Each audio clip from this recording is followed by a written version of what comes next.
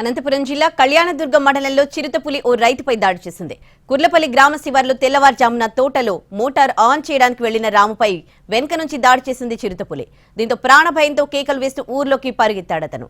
ఇదే సమయంలో పక్క పొలాల్లో ఉన్న రైతులు కూడా గట్టిగా కేకలు వేయడంతో అటవీ ప్రాంతంలోకి చిరుతపులి పారిపోయింది.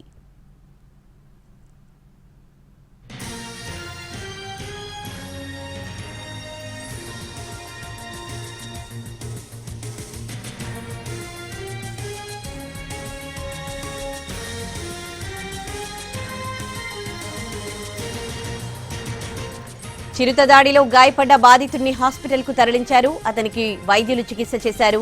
కళ్యాణదుర్గం మండలం కుర్లపల్లిలో గతంలో చిరుత పులులు దాడులు చేసిన సందర్భాలున్నాయి. అయితే గతంలో పశువులపై దాడి చేసేవి. ఇప్పుడు ఏకంగా మనిషిపై దాడి చేయడంతో స్థానికులు భయపడుతున్నారు. చిరుత పులులు ఎలుగుబంట్ల బారి నుంచి తమను రక్షించాలని అటవీశాఖ అధికారులను వేడుకుంటున్నారు.